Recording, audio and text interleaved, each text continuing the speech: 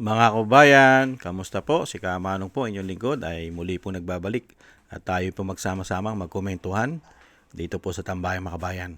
Mag-upisa na po tayo. Ito po mga kababayan, nakakalungkot man po na pangyayari dahil po sa desisyon po ng ICC dahil expected na po natin na mangyayari talaga lalo na kung may involved at bayad sila di umano. Hindi po ba? Ito po, pakinggan po natin ang pahayag po ni Veronica Kitty Duterte. Ayon po sa pahayag din po sa sinabi po ng ating dating Pangulong Duterte. Nakakalungkot po na marinig po natin na ipinagpapasa Diyos na lang po ng dating Pangulong Duterte ang lahat pong nangyayari. Grabing pamumulitika sa kanya. Ibang klase po. Ito po, pakinggan po natin si Kitty Duterte, mga kababayan. He also said na kung anong mangyari, like he said, what man proposes, God disposes. Sabi niya na He's my creator, kung anong gusto niya gawin sa akin, so be it, ganun. Siya na yung bahala. Hi Kit, good afternoon. How are you today? Hello Vin. Good afternoon, mayong adlaw, I'm good. The burning question is, how's the former president? He was okay today. Initially not in the best mood, no? Kasi he woke up late today. Actually, my visit woke him up, so he was a bit cranky, I would say. Pero, ayun, nabigyan ng Coke Zero. He ended up feeling and looking better. I discussed with him some of the local and national news. Kaya I was in a hurry sa car, mano-mano lang ba I cannot bring a pencil or a paper inside, so I have to read it. And then not much today. He was asking more about the family. He knows about the decision already, and I do not initiate conversations with him about it because it might ruin his mood, but he knows, and so far he is accepting of it, no? Like he always says, wala tayong magawa eh. Leave it up to God. He also said na kung anong mangyari, like he said, what man proposes, God disposes. Sabi niya na He's my creator, kung anong gusto niya gawin sa akin, so be it, ganun. Siya na yung bahala. He noticed me, siguro further into the visit, he noticed me massaging yung dito ko. Kasi namamaga. Sabi niya, ano yan? Sabi ko, pasilan ka papa, ito talaga yung pamana mo sa akin, TMJ, yung dito, TMJ, ano pa yun, peptic ulcer, gastritis, migraine, hyperhidrosis. Tapos, sabi niya, meron pang isa. Sabi ko, patay, ano naman to? Sabi niya, the name. Sabi ko, buti naman, akala ko bagong sakit. So, sabi niya lang, he has a message to all his descendants also, protect the name and work for the people. And to everyone here outside, na nagtanong na naman siya, ilan na naman ngayon? Sabi ko, ano ba yan, Papa? Hindi ko naman mabilang yan araw-araw. Sabi ko, madami pa rin, meron pa rin, and I will see them later. They're going to ask me about my visit, and wala lang, I'm gonna answer and tell them kung anong mensahe mo. Sabi niya, always invictus, and my deep gratitude to all of you. Kit, as the daughter, what was your initial reaction when you heard about the decision of the appeals chamber? Obviously, even without watching, we still keep a close eye on the case, my siblings and I. So we kind of expected the results already with the appeal on jurisdiction. Disappointed but not surprised. Like I said, we are hoping for the best, but we are always prepared for the worst. You know our family. So. Do you have the same sentiment or a reaction when you heard about the confirmation of charges decision as well? Yes. Ayun, we are always expecting the worst. That's the only way to be prepared for whatever comes, for whatever cards you might deal with. Diba? So, what are your lingering thoughts now that this is going to push to a full-blown trial? Well, I worry a lot I worry a lot because our papa is 81 years old. He claims to be 87. Sometimes he mixes it up na.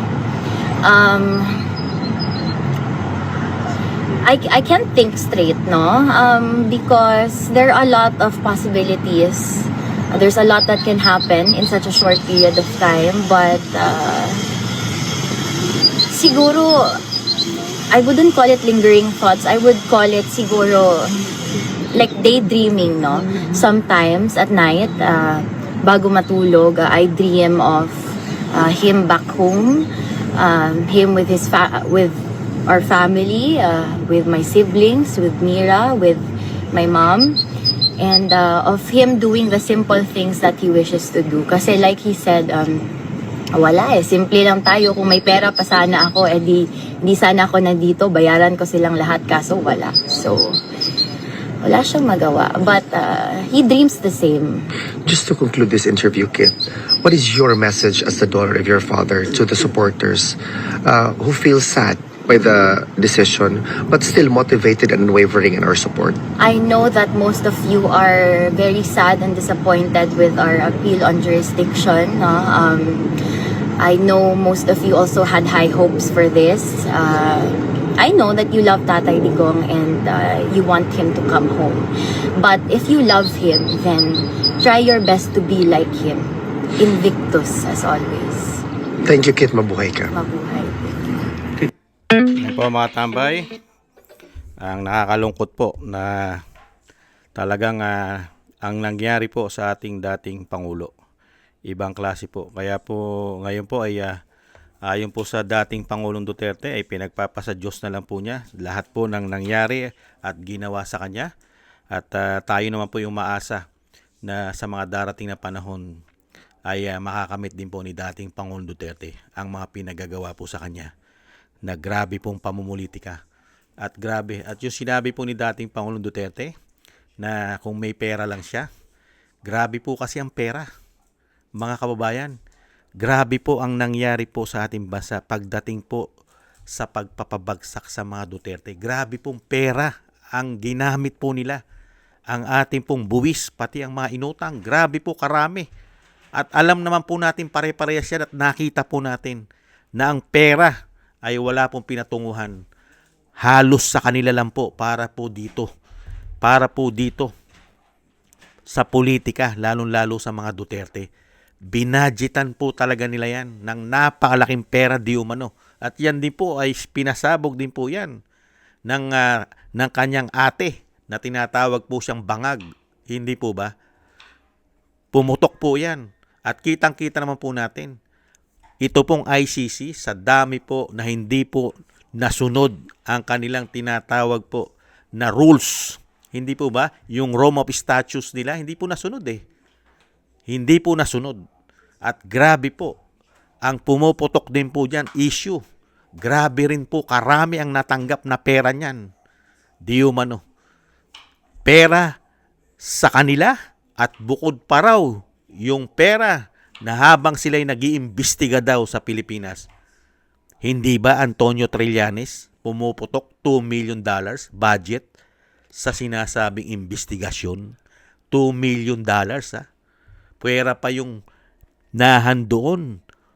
Pumunta ang pera ng bayan, di umano, sa ICC. Unbelievable. Kaya nga po mga kababayan, napakahirap po ang pinagdaanan ng ating dating Pangulong Duterte at ng pamilya Duterte. Binuhos po ang pera. Binuhos po ang pera, mga politikong korap, nagsama-sama. Pati yata mga oligarko di umano at makakaliwa gamit ang malalaking mainstream media di umano. Hindi po ba? Pati social media, mga kababayan, nabayaran na rin ang napakaraming Pilipino na mga trolls. Hindi po ba? Grabe ang pera. Talaga pong ginamit po ang pera ng napakatindi. Iba na po ito. Ito na po ang pinakamasama na nakita ko po, mga kababayan, na gobyerno. Pera ng taong bayan ginagamit po sa pangsariling interes. Di umano. Grabe. Para lang mapabagsak at manatili sila sa kapangyarihan. Talagang grabe, pera ng taong bayan. At gayon lang din po nangyari na ang mga men in uniform, mga kababayan, hinayaan po nila ang nangyari sa dating Pangulong Duterte, na ang ating soberenya, hinayaan po nilang mabastos. Hindi po ba, pati po ang ating judicial. Grabe, tahimik na tahimik po sila. Ngayon lang po ako nakakita ng ganyang klaseng gobyerno, mga kababayan, kasi hindi ko po halos inabutan yung napakatindi doon sa tatay niya. Hindi po ba? Ang inabutan ko lang doon ay halos kalahati na ng panunungkulan ng kanyang ama. Mga kababayan, unbelievable.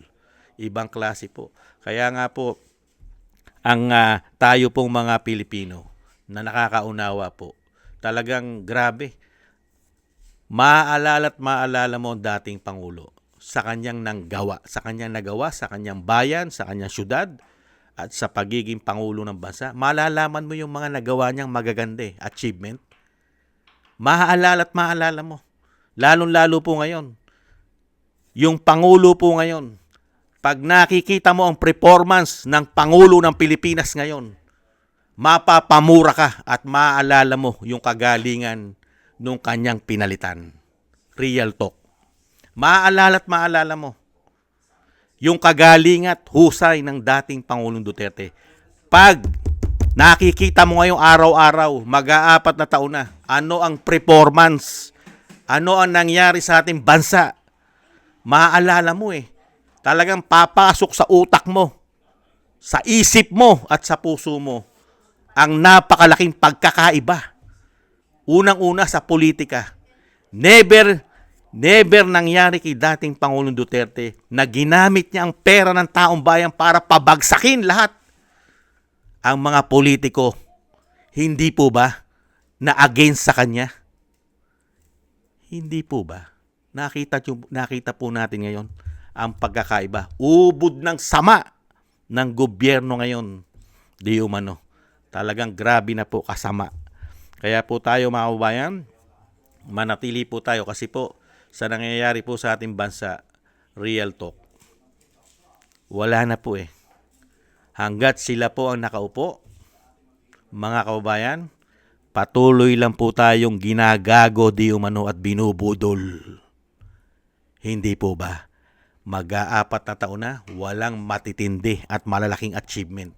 Maliban po araw-araw natin nakikita sa mainstream media at yung tagapagsinungaling nila na puro kasinungalingan.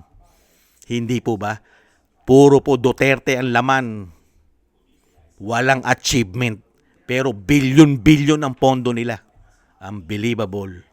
Kaya dating Pangulong Duterte, wag po kayong mawala ng pag-asa. Ang lahat naman po ay may katapusan. Wag po kayong mag-alala dahil ang Diyos naman po ay hindi natutulog. At ang lahat po ng gumawa po ng kasamaan sa inyo ay meron po yung pananagutan. Hindi man sa ngayon, darating po lahat ang tamang panahon.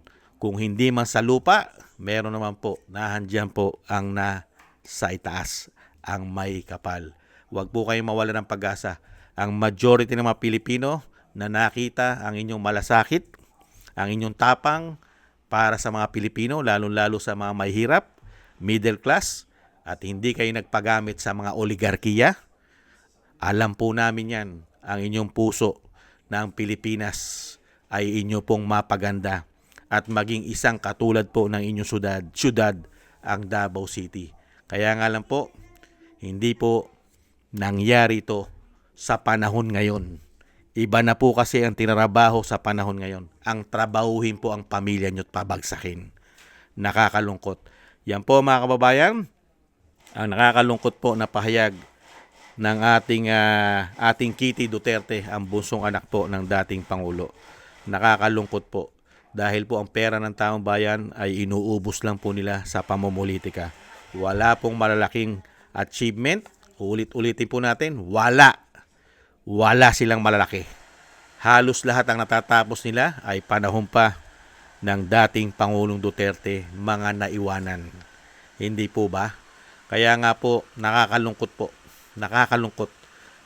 Patuloy po silang gumagawa ng paraan para pabagsakin ang Vice President dahil ang dating Pangulong Duterte ay grabe na po ang pera na nawala sa atin dyan.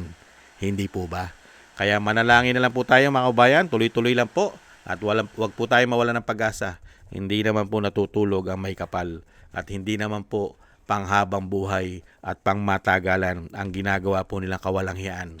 Sa dami po nagdarasal ng mga Pilipino sa ginawa po nila, lalong-lalo po ang Pangulo na tinatawag na bangag, na walang respeto, walang utang na loob, at walang malasakit sa mga Pilipino. Hindi po ba? Ingat-ingat po kayo mga kabayan. At syempre patuloy po tayo magdasal at manalangin para po sa dating Pangulong Duterte na madugtungan pa po ang kanyang buhay at kalakasan at maligtas din po sa kapahamakan kasama po ang buong pamilya at ang Vice President. Maraming salamat po sa mga dasal po ninyo mga kababayan. At syempre po, tiis-tiis po muna tayo mga kababayan. Ingat-ingat po kayo. God bless po sa inyo lahat. Bye-bye.